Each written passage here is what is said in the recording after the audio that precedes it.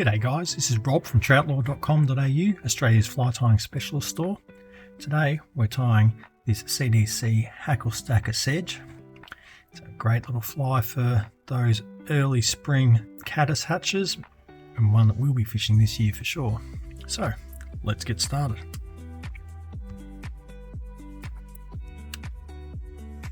We're coming in with an Ahrex FW 500 hook.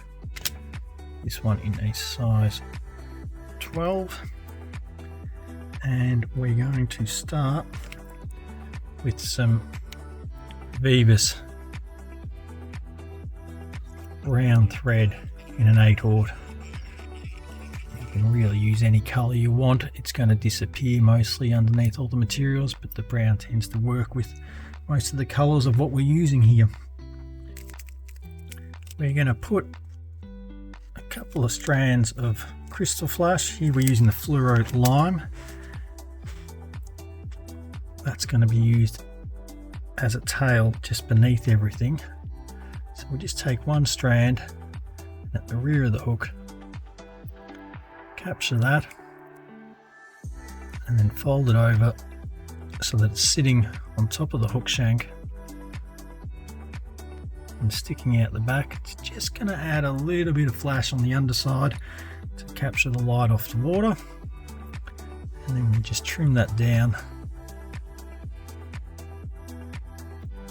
to a little under the hook gape in length. Then I'm going to come in with that for the body with some chuck and duck hare and squirrel dubbing. For this, you could use the hare and squirrel, you could use a straight hare's ear dubbing or even a possum dub, just something nice and buggy that's in a similar colour to the natural CDC that we're using.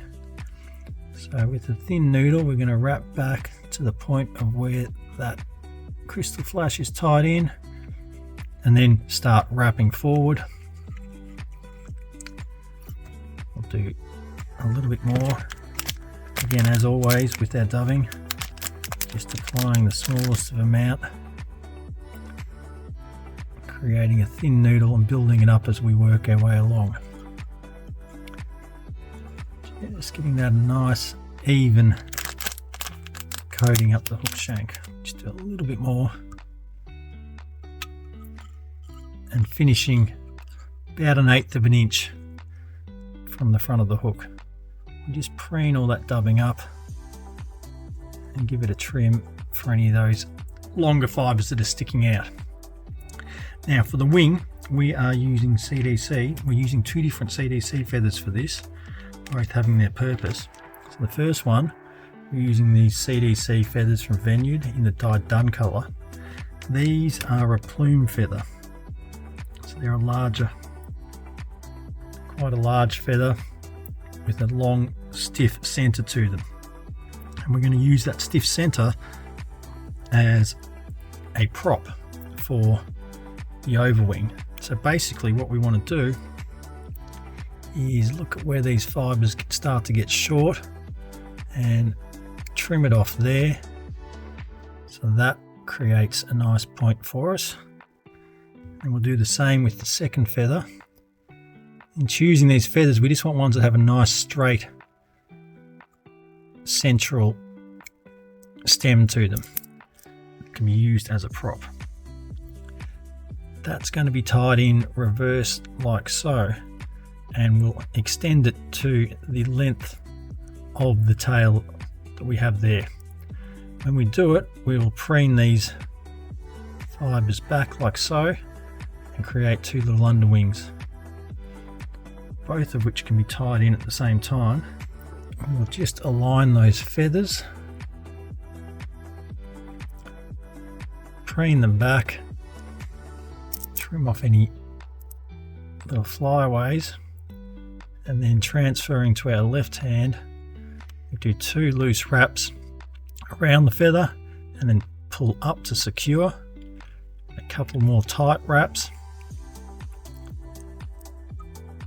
Then we can pick out those flyaways again, and you'll see we have our two feathers there. Then we'll take the front of the feather, fold it back and wrap over the stub at the point where it's folded over to lock those down and turn that into the central part of the wing. Just trim off that little bit there. And at this stage, we now bring in our second CDC feather, and for that we're using the natural feathers from the Upavon pack, which are a softer feather. They're a much shorter but softer with a thinner stem and a lot fluffier. So what we're looking for is ones that have a nice, basically straight central stem.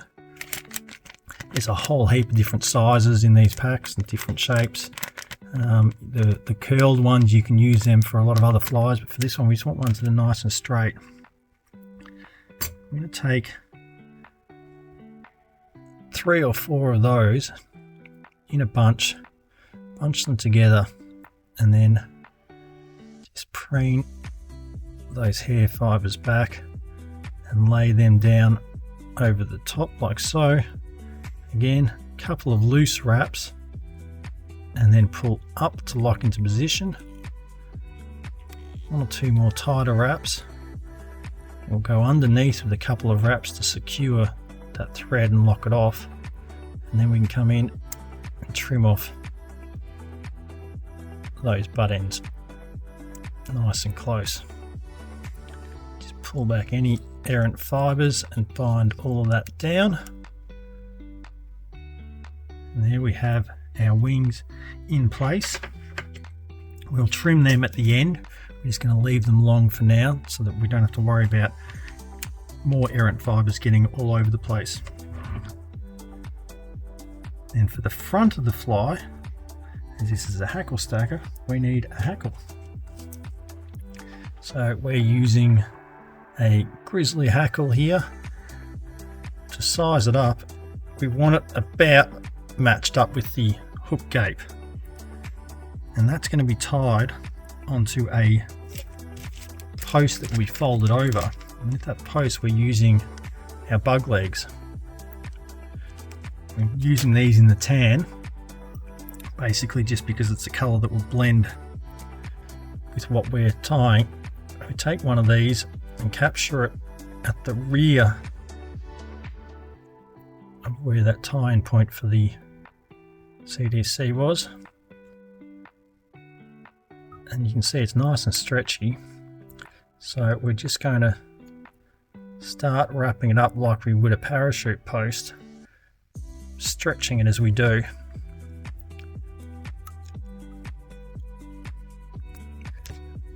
We'll just bring those wraps down to the base.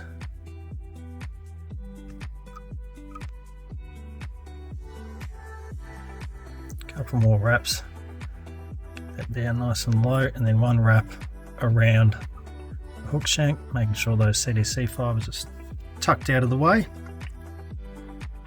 So what we're going to do here is preen out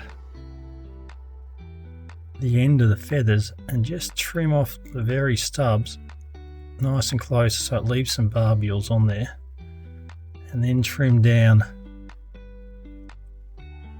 towards them. That way we've got bare stem, but we've got some little stubs on the stem. Those little stubs will allow us to tie in and capture, so that feather is now not going anywhere. And then we're going to run it up the post and start binding it to the post as we go up. We take that up about 1/4 of an inch up the post and start wrapping down.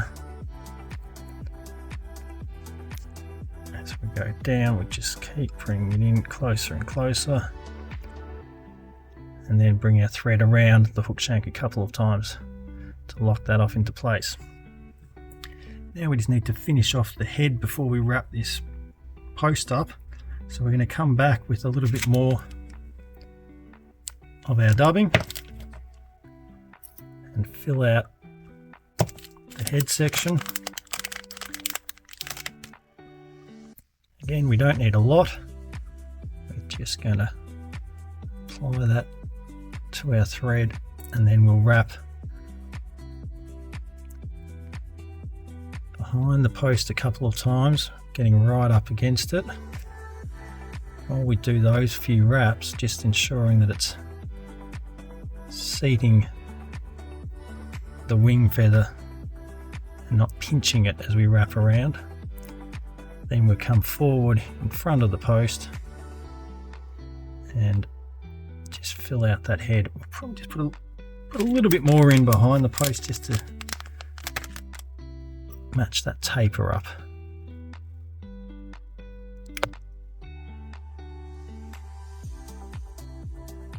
So I'm just going to put a few more wraps, a bit more dubbing in behind there, and bind it down at the front. That's good.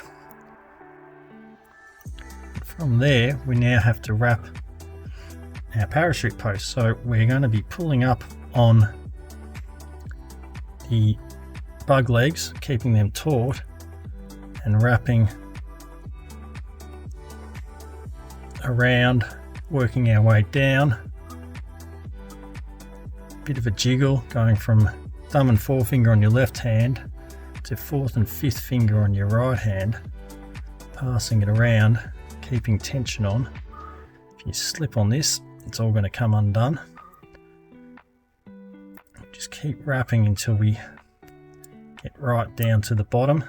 Cram as much of it as we can in there. Alright, and once we get to there, we can let go of that post, take our thread and do a wrap over the hackle, and then a wrap under the hackle, and then a wrap over the hackle again. That should lock it all into place. Pull all that up. Do one more wrap underneath the lot.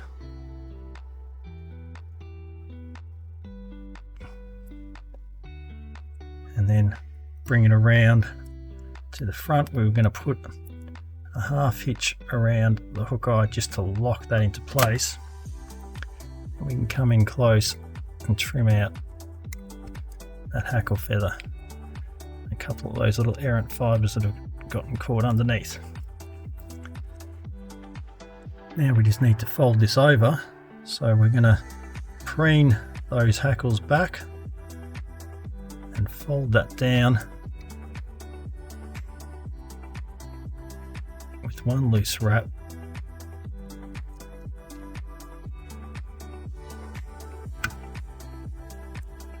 To capture that just behind the eye. Now we can put a tighter wrap in. And then pull everything back, put a wrap or two between the eye and the bug legs, one more over it, and then again we'll just pop a half hitch in to lock that into place. Then we'll just stretch that out, trim those bug legs off, and we can come in and whip finish this out. Holding everything back out of the way so we're not capturing, trying not to capture any of those hackle fibers. We'll put a couple of 2 or 3 turn whip finishes in there.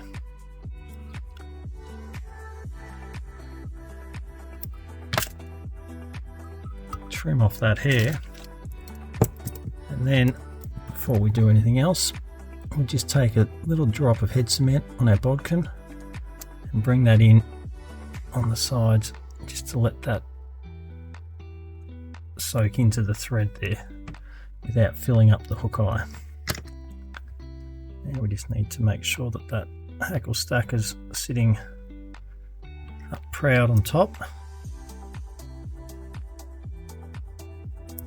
Nicely done. I'm going to swap over to our larger scissors, preen out this wing. We're going to trim this, but we don't want to trim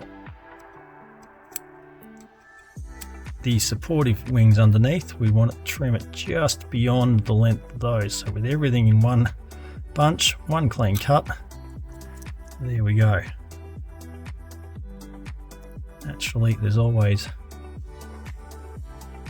a few errant fibers that don't want to behave themselves.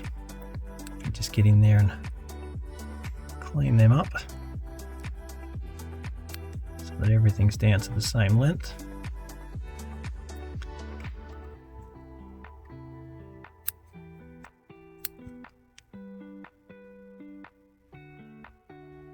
And there you have it.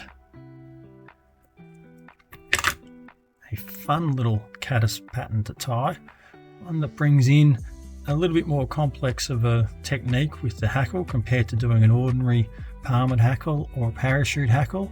It gives you a different silhouette on the surface and allows for the fly to sit very, very low with maximum buoyancy. So that's one I have a number of in my fly box. I fish them in the spring caddis hatches and all through the summer. Great little fly, very natural in presentation, easy to tie once you get that hackle stacker technique down pat. So why not give it a go? The materials list, as always, is down there in the description. If you liked the video, please give it a thumbs up, subscribe to the channel. Apologies for the somewhat hoarse voice today. We're a little bit under the weather, but we're still putting the video out for you because we promise we'll do you guys a video every week. So, as always, thanks for watching and happy tying.